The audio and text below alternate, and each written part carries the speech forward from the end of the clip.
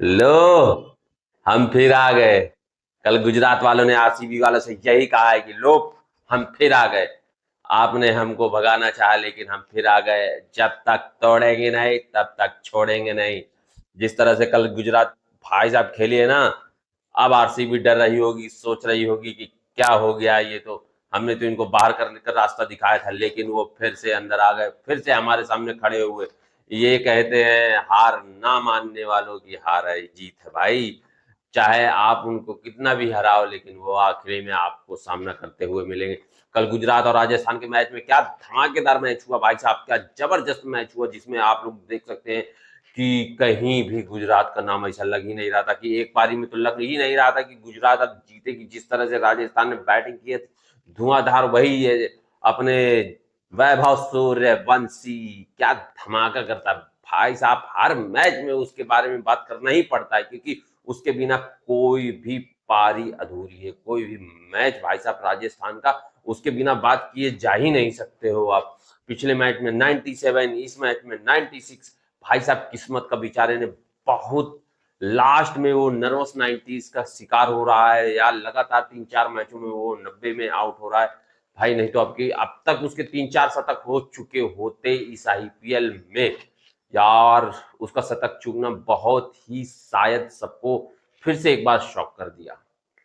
उस बंदे ने इतनी अच्छी पारी खेली, सब कुछ अच्छा गेम खेलता रहा, पारी को संभाला। राजस्थान एक समय लड़खड़ा गई थी, 2 विकेट जल्दी गिर चुके थे, उसके बाद उसने पारी को संभाला, रन रेट भी बनाए रखा।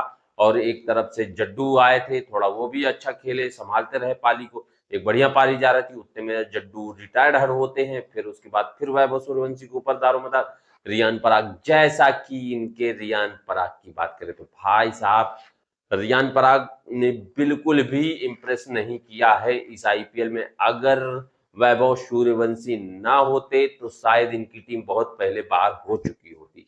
ये क्योंकि बहुत बड़ा कारण था वैभव सूर्यवंशी का बल्ला चलना। यशस्वी जायसवाल भी पूरी तरह से चले नहीं है, कहीं फ्लॉप हुए हैं, कहीं चले हैं, कहीं फ्लॉप हुए हैं। तो वैभव सूर्यवंशी की बदौलत ये टीम क्वालीफायर 2 तक पहुंची और क्वालीफायर 2 में भी धमाका किया दोस्तों। हाँ, क्वालीफायर 2 में भी वैभव सूर्यवंशी ने 96 रन बनाए।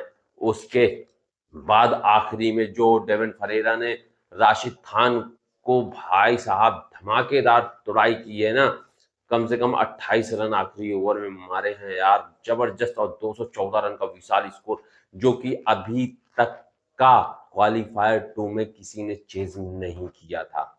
हाँ दोस्तों, अब तक का गुजरात के लिए सबसे बड़ा टोटल था। ये मुश्किल आने वाली थी कि आगे सामने जोफ्रा आर्चर है, नंदे बर्गर हैं, उसके बाद यशराज पुंज है, ब्रिजेश शर्मा थे।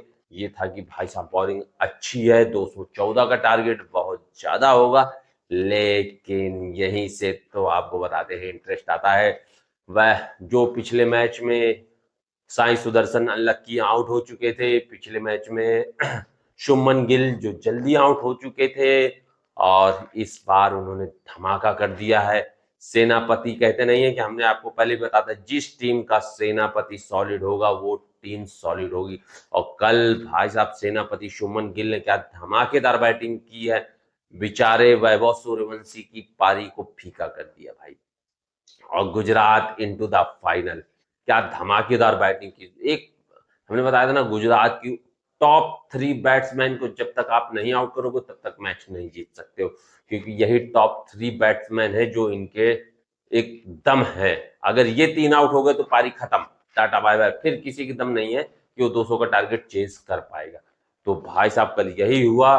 कल दोनों ने फिर जिस तरह से आरसीबी, जैसे कि हम लोग सोच रहे थे कि आरसीबी के खिलाफ भी ऐसा खेलेंगे, लेकिन नहीं हो पाया था।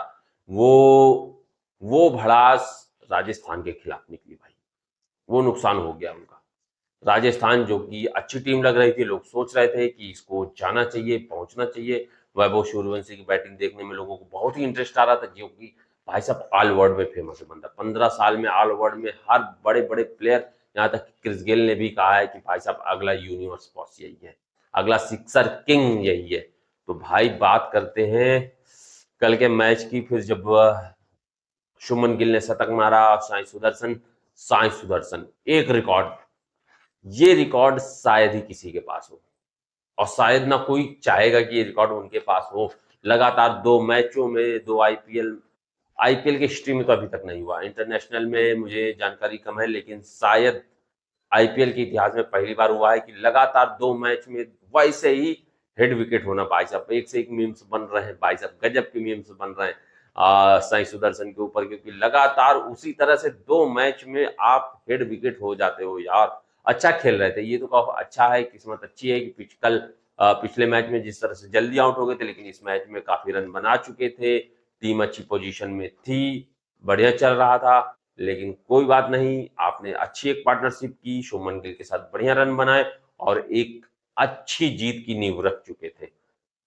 फिर बटलर आते हैं, औपचारिकता बचती है थोड़े बहुत, बीच में 1-2 ओवर के लिए थोड़ा लगता है कि कहीं इंटरेस्ट ना हो जाए, 2-3 विकेट गिरते हैं जब, तो उसके बाद लगता है, लेकिन फिर बाद में तेवतिया आते हैं, रन बनाते हैं, टाटा बाय बाय करते हैं, उसके बाद मैच फाइनल। अब फाइनल फाइनल से बात आती है कि आरसीबी गुजरात एक बार फिर से आपको फाइनल में देखने मिलेगी। धमाकेदार मैच होने वाला है भाई साहब। रबाडा की बॉलिंग, उधर भुवनेश्वर की बॉलिंग, उधर जे शेजलवुड, इधर मोहम्मद सिराज, इधर राशिद खान, उधर हाँ कुणाल पांड्या। तो मतलब इधर अगर शुभमन गिल और साई सुदर्शन इसी तरह से खेल गए तो आने वाली चुनौती आरसीबी के लिए आसान नहीं होगी।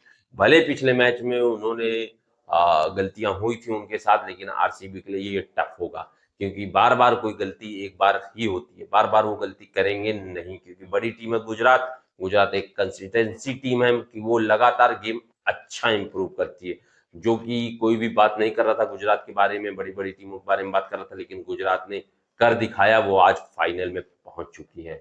जबकि क्वालिफायर 1 हारने के बाद फिर एलिमिनेटर खेलती है, एलिमिनेटर। और लेकिन हमने आपको पहले ही बताया था कि टॉप 2 की जो टीमें होती हैं लगभग लगभग वही आईपीएल जीतती हैं। आईपीएल के इतिहास में ये उठा के देख लेना कि 2-3 बार हुआ है कि टॉप 2 की टीमें नहीं जीती है, नहीं तो टॉप 2 की ही टीम जो है हमेशा फाइनल जीतती है। तो टॉप 2 फिर से आ चुके हैं।